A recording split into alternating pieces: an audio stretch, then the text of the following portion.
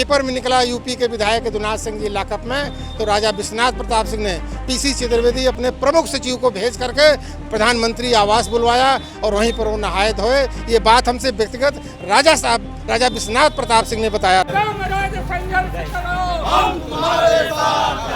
CMO के आदेश पर चुनार का पोस्टमार्टम हाउस बंद कर दिया गया। आप देख रहे हैं यहाँ जमुई का पुल पानी बरस रहा है, 4-4, 5 फुट खड़ा पानी भर जा रहा है। लोगों को तहसील जाने में दिक्कत हो रही है। लुच्चे, लफंगे, ठेकेदार, माफिया, गुंडा, बदमाश आज कुर्ता पजामा पहनकर विधानसभा और लोकसभा में पहुंच रहे हैं, जो जनता के सवाल पर कोई बात नहीं करते। तक इसमें जाम लग जाए, जबकि स्थिति ये है कि अभी आज बारिश हुआ नहीं, भी मौसम है बारिश का और फिर भी ये हाल है। और बगल में यहाँ पर लिखा गया कि आम रास्ता नहीं है। और सभा का चुनाव था तो उस समय लगभग 8 लोगों ने क्रॉस वोटिंग किया था, जो कि समाजवादी पार्टी के थे, लेकिन उसमें से 3 लोगों को कल अखिलेश यादव ने पार्टी से बाहर कर दिया। अभी भी 5 लोग शेष हैं, उनको बाहर निकाला। लेकिन इन 3 लोगों को क्या कहना चाहिएगा? देखिए, जयंत चौधरी जी कोई पॉलिटिकल व्यक्ति नहीं है। उनके दादा चौधरी चरण सिंह किसानों के मसीहा थे। किसानों के लिए तमाम उन्होंने काम किया। जब वो चीफ मिनिस्टर रहे माननीय चौधरी चरण सिंह, तो भ्रष्टाचार 0 पर आ गया था।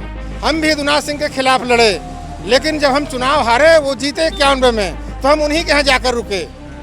हमारा और उनका विचारधारा मिलता था और लखनऊ में हम लोग रिक्शा से घूमते थे।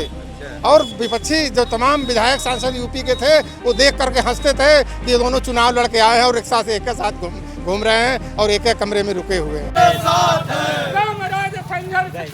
हम तुम्हारे साथ हैं, संघर्ष करो, हम तुम्हारे साथ हैं। चलो बाहर मकानों से, जंग करो बेईमानों से, जमुई पुल से जल निकासी करो, हमारी मांगे पूरी हो, चाहे जो मजबूरी हो, हमारी मांगे पूरी हो। इसमें हमारी मौजूदगी मिर्जापुर जिले के जमुई बाजार के पास में एक जमुई रेलवे अंडरपास है, जहां पर कि विगत कई वर्षों से लगातार एक समस्या बनी हुई है कि इसमें से इस अंडरपास से जब भी बारिश होता है तभी आवागमन बाधित हो जाता है। कईयों बार इसके लिए पत्र लोगों ने लिखा है और डीआरएम से जब हम लोग खबर करते हैं तो उसके बाद ये खबरें छपती हैं कि विधायक जी ने डीआरएम को पत्र लिखा है एनओसी के लिए। फिर अभी कुछ दिन पहले भी आया था कि जो विधायक है उन्होंने डीएम से कहा कि हाँ फ़ोन किया, तो उसके बाद जो नगर पालिका के लोग हैं उन्होंने इससे पानी निकाला। लेकिन आखिरकार ये समस्या कब तक बनी रहेगी, क्योंकि लगातार इससे कम से कम हजारों लोगों का प्रतिदिन चुनार आवागमन होता है, चुनार तहसील हो या फिर चुनार कचहरी हो। आप सामने तस्वीरों में भी देख पाएंगे कि नीचे कितना कीचड़ है, इसलिए हम लोग ऊपर आकर के इस वीडियो को कर रहे हैं। लेकिन अभी आज ही के दिन आज जो हमारे साथ आप देख पा रहे हैं कि रामराज सिंह पटेल, जो कि समाजवादी पार्टी के प्रदेश सचिव हैं, अभी ज्ञापन सौंप करके आए हैं एसडीएम महोदय को, और क्या क्या इनकी मांगे हैं उनसे ही हम लोग अवगत कराएंगे। और क्या मतलब किस तरह का ये ज्ञापन था आज का? चुनार तहसील अंतर्गत बहुत ज़्यादा समस्याएं हैं, चारों तरफ समस्याओं का अंबार है। अभी आपने देखा कि पिछले दिनों सीएमओ के आदेश पर चुनार का पोस्टमार्टम हाउस बंद कर दिया गया, जिसकी वजह से जमालपुर, चुनार, हरौरा, अदलहाट थाना अंतर्गत जितने भी गांव हैं एक्सीडेंट हो रहा है, लोगों को मिर्ज़ापुर जाना पड़ रहा है। पूरी जनता त्राही त्राही कर रही है। और आप देख रहे हैं यहाँ जमुई का पुल पानी बरस रहा है, 4-4, 5 फुट खड़ा पानी भर जा रहा है। लोगों को तहसील जाने में दिक्कत हो रही है, लेकिन जनप्रतिनिधियों को और प्रशासनिक अफसरों को जनता के दुख दर्द से कोई लेना देना नहीं है। आज चुनार तहसील में व्यापक पैमाने पर भ्रष्टाचार है। आम आदमी तहसील में जा कर के भ्रष्टाचार का शिकार हो रहा है। वहाँ पर जन समस्याओं का सुनवाई नहीं हो रहा है, बल्कि वहाँ लोगों को परेशान करने का अड्डा हो गया तहसील चुनार। तो चारों तरफ इस समय जनता परेशान है। आप देख रहे हैं सरैया से लेकर नकहरा तक संपर्क मार्ग पूरी तरीके से उखड़ गया है। परसौधा से परसिया तक का सड़क पूरी तरीके से उखड़ गया है। चुनार थाने से लेकर के गुलाब यादव के घर तक जो बाउंड्री वाल बना दिया गया, वहाँ कीचड़ भरा हुआ है। चुनार में सैकड़ों साल से लोग रह रहे हैं नजूल की भूमि पर, उनको उजाड़ दिया जा रहा है। और उनको ही नहीं, पूरे देश में गरीबों को उजाड़ा जा रहा है। ये गरीबों की सरकार नहीं है, ये किसानों की सरकार नहीं है, ये मजदूरों की सरकार नहीं है, ये व्यापारियों की सरकार है और झूठे लोगों की सरकार है। जिस तरह 2014 के पहले भारत के प्रधानमंत्री नरेंद्र मोदी जी ने कहा था कि 2 करोड़ रोजगार प्रतिवर्ष देंगे, और 2014 में कहा 2022 तक किसानों का इनकम दूना कर देंगे, 2047 तक भारत को सोने की चिड़िया बना देंगे। अभी क्या करेंगे प्रधानमंत्री जी ये नहीं बता रहे हैं, तो आज बिल्कुल झूठे लोगों का, बेईमानों का, लुच्चों का, लफंगों का सरकार हो गया है। आज हमें तो बड़ा तकलीफ़ होता है जब भगत सिंह को पढ़ता हूँ, जब नेताजी सुभाष चंद्र बोस को पढ़ता हूँ, जब माननीय मुलायम सिंह यादव को पढ़ता हूँ, डॉक्टर लोहिया को पढ़ता हूँ, कि ये लोग सांसद विधायक बनने के लिए नहीं, मंत्री मुख्यमंत्री प्रधानमंत्री बनने के लिए नहीं, देश की आज़ादी के लिए, देश के विकास के लिए, देश के आवाम के लिए, इस देश में सामाजिक व्यवस्था के लिए राजनीति करते थे। लेकिन आज जिस तरह से नेता झूठ बोल रहे हैं, आज नेताजी सुभाष चंद्र बोस की आत्मा रोती होगी। आज भगत सिंह, अशफाक उल्लाह खां, राम प्रसाद बिस्मिल, रोशन सिंह, पंडित राम प्रसाद बिस्मिल और पंडित चंद्रशेखर आज़ाद की आत्मा रोती होगी कि क्यों हम इस देश के लिए कुर्बान हो गए कि आज़ादी के 76 साल बाद झूठे और बेईमान लोग, लुच्चे, लफंगे, ठेकेदार, माफिया, गुंडा, बदमाश आज कुर्ता पजामा पहनकर विधानसभा और लोकसभा में पहुंच रहे हैं, जो जनता के सवाल पर कोई बात नहीं करते। विधानसभा में हिंदू मुस्लिम होता है, विधानसभा के बाहर भी इस देश के गृह मंत्री, इस देश के प्रधानमंत्री हिंदू मुस्लिम करते हैं। और यहाँ पर जो गरीब बिरादरी हैं, दलित हैं, पिछड़े हैं, इनको जात पूछकर मारा जा रहा है। जिस तरह इटावा के बकेवर में अभी एक यादव को, जो बेचारा गया था कथा कहने, उसको ब्राह्मणों ने, सवर्णों ने उसको पकड़ के उसका बाल छिलवा दिया। जिस परिवार में गया था उस परिवार की महिला से पेशाब करा करके उसके ऊपर पेशाब छिड़का गया। ये आज़ादी के 76 साल बाद इस देश में क्या हो रहा है? कैसी सरकार चल रही है और ऐसे लोगों को दंडित नहीं किया जा रहा है। इसलिए हम भारत के आवाम से, देश के आवाम से कहना चाहते हैं कि एक बार फिर भगत सिंह, चंद्रशेखर आज़ाद, खुदीराम बोस, अशफाक उल्लाह खां को याद करके फिर एक बार इस देश में क्रांति करनी पड़ेगी, तब ये देश में खुशहाली आएगी। वरना ऐसे लोगों का शासन सत्ता हो गया है जिनका न भारत के संविधान में कोई रुचि है, न भारत के संविधान में कोई विश्वास है। आज ये लोग इस देश में मनवादी व्यवस्था लाना चाहते हैं। ऐसे लोगों को सत्ता से बेदखल करने की ज़रूरत है। चलिए, ये तो बात ही रही, लेकिन अभी जिस ग्राउंड पर हम लोग खड़े हैं, यहाँ पर आप देख पा रहे हैं कि यहाँ मतलब कईयों किलोमीटर तक इसमें जाम लग जाए। जबकि स्थिति ये है कि अभी आज बारिश हुआ नहीं, भी मौसम है बारिश का, और फिर भी ये हाल है। और बगल में यहाँ पर लिखा गया है कि ये आम रास्ता नहीं है और ये पानी का पुल है, वाटर का पुल। माननीय अखिलेश यादव जी के सरकार में अरेौरा से लेकर चुनार नगर तक PWD ने इस सड़क को बनाया है। उत्तर प्रदेश की सरकार ने पैसा मंजूर किया और माननीय अखिलेश यादव जी की सरकार में ये सड़क बना है। जो ये लिखा है उसको दंडित किया जाना चाहिए, उसके ऊपर FIR होना चाहिए।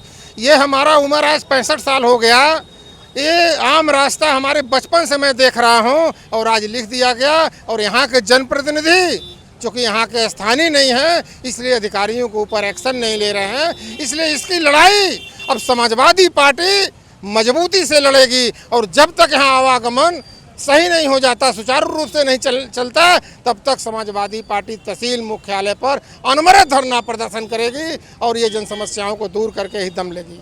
अभी राज्यसभा का चुनाव था तो उस समय लगभग 8 लोगों ने क्रॉस वोटिंग किया था जो कि समाजवादी पार्टी के थे, लेकिन उसमें से 3 लोगों को कल अखिलेश यादव ने पार्टी से बाहर कर दिया। अभी भी 5 लोग शेष हैं, उनको बाहर निकाले। लेकिन इन 3 लोगों को क्या कहना चाहिएगा? देखिए, बड़ा कद्दावर नेता रहे और बड़ा अखिलेश के करीबी भी रहे, अखिलेश के पीछे वाले नेता नहीं थे। ये लाभ के लिए समाजवादी पार्टी में आए थे। जब माननीय राष्ट्रीय अध्यक्ष जी ने PDA की बात शुरू किया तो इनका खून गर्म होने लगा, चूँकि ये मनवादी विचारधारा से थे। इन्होंने माननीय राष्ट्रीय अध्यक्ष के ऊपर आरोप लगाना शुरू किया कि सनातन धर्म के खिलाफ बोलते हैं। सनातन धर्म क्या है उनको खुद पता नहीं है। धर्म एक जीने का मात्र एक तरीका है, धर्म एक दूरगामी राजनीति है। धर्म को स्वर्ग, नरक, पूर्ण पाप से नहीं जोड़ा जाना चाहिए। और ये मनवादी लोग अवसर देख करके भारतीय जनता पार्टी के साथ चले गए। माननीय राष्ट्रीय अध्यक्ष जी ने इनको पार्टी से निष्कासित किया है। इसके लिए हम माननीय राष्ट्रीय अध्यक्ष जी को बहुत बहुत धन्यवाद देना चाहते हैं और ये कहना चाहते हैं, निवेदन करना चाहते हैं कि ऐसे दूषित विचारधारा के लोगों को अपने पास मत सटाइए और इनको बहुत ज़्यादा महत्व मत दीजिए कि इनको इतना महत्व मिल जाए कि अपने को आपसे ऊँचा समझने लगें।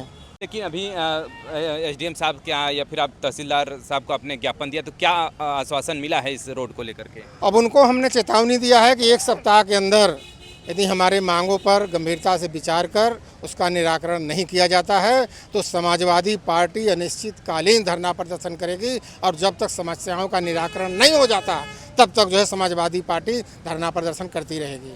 अभी आप भी चुनार विधानसभा से कई बार प्रत्याशी रहे और लगातार अपने जो यहाँ के जनता है उनके लिए लड़ रहे हैं, लेकिन कल जयंत चौधरी जी का भी आगमन हुआ था यहाँ पर नारायणपुर में। उसके बाद हमने पूछा तो उन्होंने कहा कि हाँ, अपने कार्यकर्ताओं को मजबूत करने ही यहाँ पर आए हैं। देखिए, जयंत चौधरी जी कोई पॉलिटिकल व्यक्ति नहीं है। उनके दादा चौधरी चरण सिंह किसानों के मसीहा थे, किसानों के लिए तमाम उन्होंने काम किया। जब वो चीफ मिनिस्टर रहे माननीय चौधरी चरण सिंह तो भ्रष्टाचार जीरो पर आ गया था, कहीं कोई रिश्वतखोरी नहीं होती थी। तहसील में लेखपाल, कानूनगो, थाने में पुलिस थर थर काँपते थे, तो वो एक नेता थे। लेकिन आज जयंत चौधरी जी कोई नेता वता नहीं है, वारिस के नाम पर आ गए हैं और समाजवादी पार्टी में रहे। पिछले चुनाव में माननीय समाजवादी पार्टी के राष्ट्रीय अध्यक्ष अखिलेश यादव जी ने उनको राज्यसभा में भेजा, लेकिन उनको कोई एहसास नहीं है, कोई एहसान नहीं है, बल्कि लाभ के लिए, मंत्री बनने के लिए वो भारतीय जनता पार्टी में चले गए और मंत्री बन गए। इसलिए चुनार ही नहीं, पूरे देश की जनता जयंत चौधरी को इनकार कर चुकी है, रिजेक्ट कर चुकी है। आने वाले चुनाव में जयंत चौधरी जी कहीं जा कर के बिजनेस व्यापार करेंगे। उनका कहना था कि हमें सम्मान नहीं मिला, जहां सम्मान मिलेगा वहीं तो हम जाएंगे। कौन सा सम्मान चाहिए उनको? माननीय राष्ट्रीय अध्यक्ष अखिलेश यादव जी ने राज्यसभा में भेज दिया, अब कौन सा सम्मान चाहिए उनको?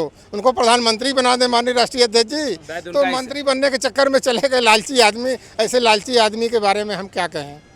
चौधरी चरण सिंह जी को भारत रत्न की मतलब ऐसा कुछ पेशकश रहा हो? चौधरी चरण सिंह को भारत रत्न मिलना चाहिए, उस काबिल थे, सरकार ने दिया, उसके लिए सरकार को धन्यवाद। लेकिन जो जयंत चौधरी जी ने पाला बदल के उधर चले गए, इसका मतलब कि उनकी कोई विचारधारा नहीं है। जहां उनका लाभ होगा वहां चले जाएंगे।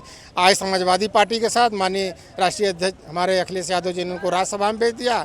अब जो है देखेगी सरकार में आ नहीं रही है एनडीए, ये इंडिया गठबंधन, तो चले गए भारतीय जनता पार्टी, वहाँ मंत्री बन गए। फिर वहाँ देखेंगे कि इंडिया गठबंधन की सरकार है तो अगर माननीय राष्ट्रीय अध्यक्ष अखिलेश यादव का तलवार चाटने लगेंगे। लेकिन अब माननीय राष्ट्रीय अध्यक्ष जी ऐसे लोगों को अपने पास फटकने नहीं देंगे, ये मुझे उम्मीद है। विगत कई वर्षों तक यदुनाथ सिंह यहाँ के विधायक रहे और उनसे हमने पूछा तो उन्होंने कहा कि हाँ, उनकी जो बोली है, जो वो मतलब चुनार में अब भी जो है उनकी धमक अब भी है।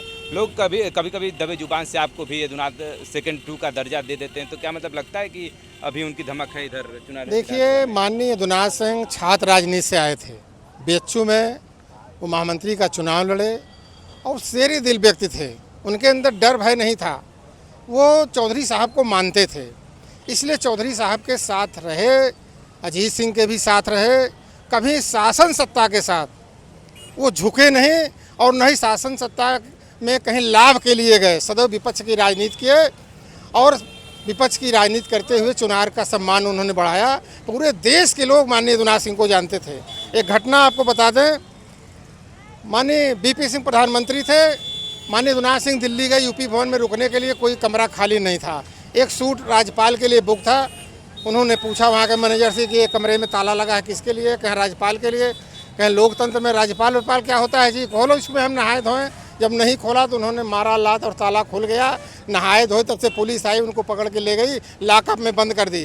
पेपर में निकला यूपी के विधायक यदुनाथ सिंह जी लॉकअप में, तो राजा विश्वनाथ प्रताप सिंह ने पीसी चतुर्वेदी अपने प्रमुख सचिव को भेज करके प्रधानमंत्री आवास बुलवाया और वहीं पर वो नहाए धोए। ये बात हमसे व्यक्तिगत राजा विश्वनाथ प्रताप सिंह ने बताया था। तो हम भी यदुनाथ सिंह के खिलाफ लड़े, लेकिन जब हम चुनाव हारे, वो जीते 91 में, तो हम उन्हीं के यहाँ जाकर रुके। हमारा और उनका विचारधारा मिलता था और लखनऊ में हम लोग रिक्शा से घूमते थे। और विपक्षी जो तमाम विधायक सांसद यूपी के थे वो देख करके हंसते थे कि ये दोनों चुनाव लड़के आए हैं और रिक्शा से एक साथ घूम रहे हैं और एक कमरे में रुके हुए हैं। तो यदुनाथ सिंह बहुत ही निश्चल विचारधारा के थे, बहुत मस्तमौला आदमी थे, लेकिन जनता के सवाल पर कहीं झुकने का उन्होंने नाम नहीं लिया। चलिए, हजारों जनता आपको देख रहे, चुनार विधानसभा की जनता देख रहे, उनसे कुछ कहना चाहिएगा? चुनार की जनता से हम कहना चाहते हैं कि अब भाई बहुत सोच समझ करके मतदान करो। आप लोग बहुत दे चुके भाजपा को वोट, बहुत कमल खिला चुके। अब देखो चारों तरफ कीचड़ हो गया, इसलिए अब कमल को हटा दो, कमल का पेड़ अब सड़ गया है, अब यहाँ साइकिल चुनाव चिन्ह को लाओ, साइकिल का बटन दबाओ और उत्तर प्रदेश में समाजवादी पार्टी का सरकार बनाओ, तभी जो है गांव का विकास होगा, गलियों का विकास होगा, छात्रों को, नौजवानों को रोजगार मिलेगा। आज तो ये स्थिति है कि नौजवान पढ़ रहा है, बेरोजगार हो जा रहा है। और ये भाजपा के लोग आए थे, कहें 2 करोड़ रोजगार देंगे, यही योगी बोला था कि सारे नौजवानों को रोजगार देंगे। आज क्या किया? 5,000 प्राइमरी स्कूलों को बंद कर दिया, 35,000 शिक्षकों का जो स्थान था उसको बंद कर दिया। और हम आपसे कहना चाहते हैं, आपके माध्यम से बताना चाहते हैं कि भारतीय जनता पार्टी की सोच है कि सारे प्राइमरी विद्यालय बंद कर दो, गांव का गरीब व्यक्ति पढ़े ना। और 67 नए शराब के ठेके के लिए इन्होंने सुनिश्चित कर लिया स्थान। शराब के ठेके गांव-गांव खुलेंगे और स्कूल गांव-गांव बंद होंगे। ये भारतीय जनता पार्टी की नीति है कि गांव का गरीब का, किसान का बेटा पढ़े लिखे ना और दारू पी करके अपना समय बर्बाद करे, अपना धन बर्बाद करे और यहीं पर जो है केवल जय श्री राम करे और ये सब जा कर के राजनीति करे और इनके बेटे कलेक्टर बने। इसलिए हम कहना चाहते हैं 85-90% लोगों से कि भाई दारू वारू पीना बंद करो, गांजा हेरोइन पीना बंद करो। अब स्कूल की तरफ जाओ, मंदिर की तरफ मत जाओ। बाबा साहब भीमराव अम्बेडकर ने कहा था कि जिस दिन मंदिर जाने वाली भीड़ स्कूल की तरफ मुड़ जाए, उस दिन 85-90% लोगों को आगे बढ़ने से कोई रोक नहीं सकता। इसलिए हम कहना चाहते हैं गाँव के गरीबों मजलूमों से कि अपने बच्चों को स्कूल भेजो, मंदिर मत भेजो। मंदिर जाने से तुम्हारा कोई भला नहीं होने वाला है। चलिए, बहुत बहुत धन्यवाद। आप देख पा रहे हैं कि तमाम समाजवादी साथी जो कि अभी तहसीलदार मतलब कचहरी पर गए थे, जहां पर कि एडीएम जो एसडीएम साहब हैं उनको ज्ञापन सौंपा। और इस जो आप हमारे पीछे तस्वीर देख पा रहे हैं, इस जो कीचड़ भरे रास्ते को लेकर के आप देख सकते हैं कि कितना लंबा जाम लगा हुआ। और विगत वर्षों से, कई वर्षों से ये समस्या बनी हुई है, लेकिन कभी ऐसा नेता तो नहीं आया यहाँ पर। लेकिन पहली बार हम किसी का बाइट यहाँ पर ले पा रहे हैं जो कि यहाँ पर पहुँचे हुए थे। और सोचा हमने कि बातचीत किया जाए आखिरकार की और कौन कौन सी समस्याएं हैं। चूँकि जब बरसात आता है तो ये तो समस्या लोगों को नज़र आता है, लेकिन क्षेत्र में और कौन कौन सी समस्याएं हैं उस पर भी बातचीत किया जाए।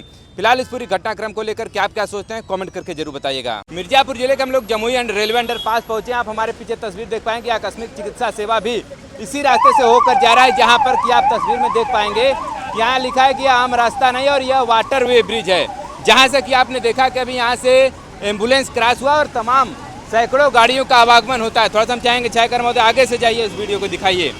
देखिए, ये तमाम ऐसे लोग हैं जो यहाँ से गुजरते हुए, जाते हुए भी दिखाई दे रहे हैं। लोगों से भी हम बात करेंगे आखिरकार क्या समस्याओं का सामना करते हुए आपको जाना पड़ रहा है। लेकिन अभी नेताजी आपसे बात हुआ था तो आपने कहा कि यहाँ तहसीलदार ने कहा है कि हमने अभी वहाँ ईंट क्या बिछवा दिया है और ये आने पर यहाँ पर ईंटें दिख रहे हैं, जो कि और खतरनाक बाइक वालों के लिए हो गया है। तहसीलदार चुनार को गलत सूचना दी गई। यहाँ पर भस्सी नहीं बल्कि बड़े बड़े ईंटा के ढोका फेंक दिए गए, जिससे यहाँ पर आम जनता, मोटरसाइकिल वाले गिर जा रहे हैं, महिलाएं गिर जा रही हैं। इसलिए हम जिला प्रशासन से मांग करते हैं कि यहाँ पर भस्सी फेंकवा दिया जाए, जिससे आम आदमी को परेशानी न हो। यहाँ पर ईंटा फेंकवा दिया गया, जिससे तमाम दुर्घटना हो रहा है। चलिए, देखिए ये ट्रैक्टर भी देखिए, जैसे ये ट्रक वाले ट्रैक्टर, थोड़ा सा और पीछे हो जाइए नहीं तो लग जाएगा चोट आप ही को। ये सब चलाने वाले लोग भी और ले जाने वाले लोग भी देखिए, मतलब ये टाली नहीं डबल ओवरलोडेड तो है ही और धड़ल्ले से चल भी रहा है। कौन इनको रोकने वाला है? देखिए, तमाम लोगों का आवागमन, सोचिए